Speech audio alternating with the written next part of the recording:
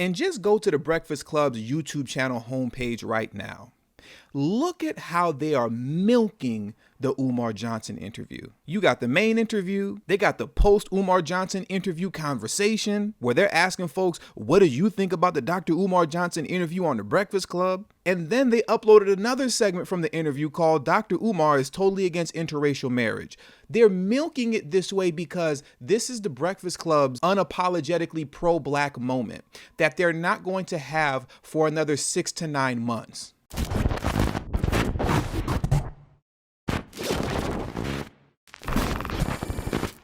I want to make something very clear right out the gate. This is not an attack or an exposed video on Umar Johnson, but this is an exposed video on the Breakfast Club and how politically dangerous they are for the black community. Let me explain. You see, the purpose of the Breakfast Club is to control the narratives and talking points discussed within the black community for the purposes of keeping you away from voting third party and keeping you away from forming grassroots political party alternatives for the purposes of keeping black Americans mindlessly voting for the Democratic Party, despite the fact that every time you voted them into office, they've turned around and have given you their behinds to kiss. And they've been doing this since 1964. Religiously. Now, I've explained this in previous videos in the past, but I'm going to just quickly go through this again. The reason that people like Dr. Umar Johnson from time to time are brought onto the Breakfast Club is simply for the purpose of gaining political capital with black Americans just so they can cash it out on behalf of the Democratic Party come election time. And they do this very consistently.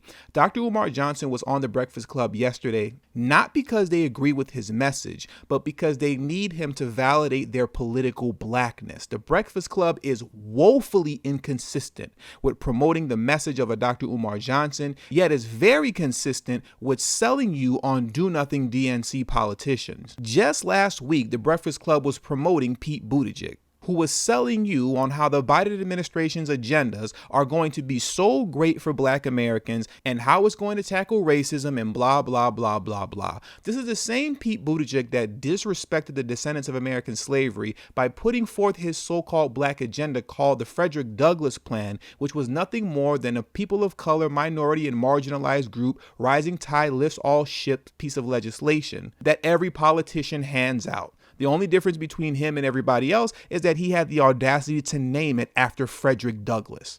Understand, Pete Buttigieg is part of the LGBTQ community, and one of their main historical figureheads is a man by the name of Harvey Milk. Do you think that Pete Buttigieg would ever disrespect the name and the legacy of Harvey Milk, as well as disrespect his community by calling a bill the Harvey Milk Plan? Yet it's a plan and or legislation that helps everybody else at the expense of the LGBTQ community and their history and their struggles. Do you ever think that he would do something like that? I'm pretty sure that he wouldn't. But when it comes to black folks, this is the type of disrespectful foolishness that he promotes to you. And these are the kind of people that are constantly promoted on the Breakfast Club. And before that, they were yucking it up with Andrew Yang to get black folks in New York to vote him in as mayor. And now that the DNC is starting to feel a little heat from black Americans because so far Biden has done absolutely nothing by way of legislation for us, now the Breakfast Club decides to bring up Umar Johnson for the purposes of pacifying us by making us feel good through validating what we already know to be true. Once again, I am not knocking Umar because he went up there and told the whole truth as he should. The problem is that once he leaves, they're not going to follow up with his message. As a matter of fact, they're going to do the exact opposite and bombard you with DNC politicians and pundits like Mark Lamont Hill, Angela Rye, and AOC. And just go to the Breakfast Club's YouTube channel homepage right now. Look at how they are milking the Umar Johnson interview. You got the main interview, they got the post Umar Johnson interview conversation where they're asking folks, what do you think about the Dr. Umar Johnson interview on the Breakfast Club? And then they uploaded another segment from the interview called Dr. Umar is totally against interracial marriage. They're milking it this way because this is the Breakfast Club's unapologetically pro-black moment that they're not going to have for another 6 to 9 months. So they have to milk this for all that they can, because they're not going to make this a regular topic of discussion. This isn't going to be a part of the regular discourse on the Breakfast Club. So let's take advantage of this super pro-black moment right now so that we can get back to walking black folks off of a political cliff with the DNC. And you know what frustrates me the most is that all of this is so obvious, yet our people can't see it. They're literally running the exact same play that they ran on you during the election cycle. They had Kamala, Cory Booker, Yang, Buttigieg, and Bernie Sanders all up there not making any commitment to reparations and a comprehensive black agenda by way of legislation that is exclusively for black Americans. And then what did they do right afterwards? They brought up Umar. And Umar sat up there and told you the truth and gave you every factual reason for why black Americans had no business even going to the polls, because none of these politicians are seriously talking to you. And what did they do up at the Breakfast Club right after he left? They turned right around and told you to vote for Biden and Harris. And the moment they got into office, Joe Biden puts into effect a brand new crime bill. Let me tell you what is in the bill. And I'll let you all decide whether or not this is weak. Let me get down here a compendium of the things that are in the bill.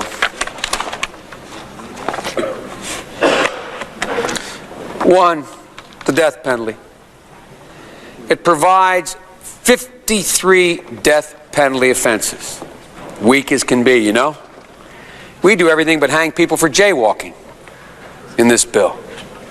That's weak stuff. The way the Democratic Party and their pundits, which include Charlamagne and the Breakfast Club, the way that they are able to manipulate and play black Americans is astonishing.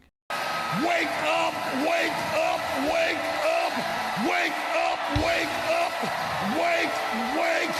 wake up out of your sleep, wake up out of your sleep. And with all that being said, that does it for today's video.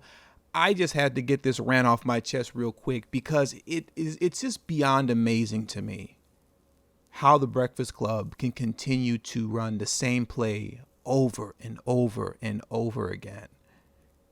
And everybody just eats it up. It's astonishing. I just don't even know what else to say.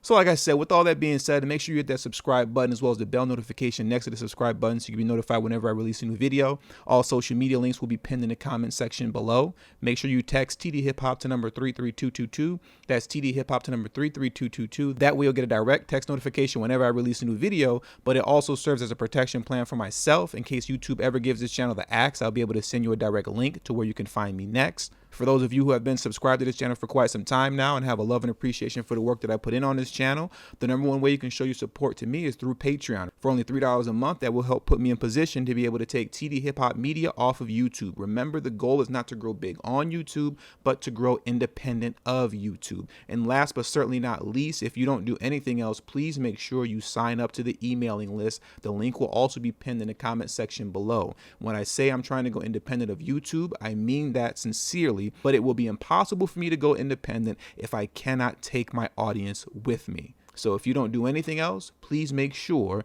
you sign up to the emailing list. Thank you for your time, and until the next video, peace.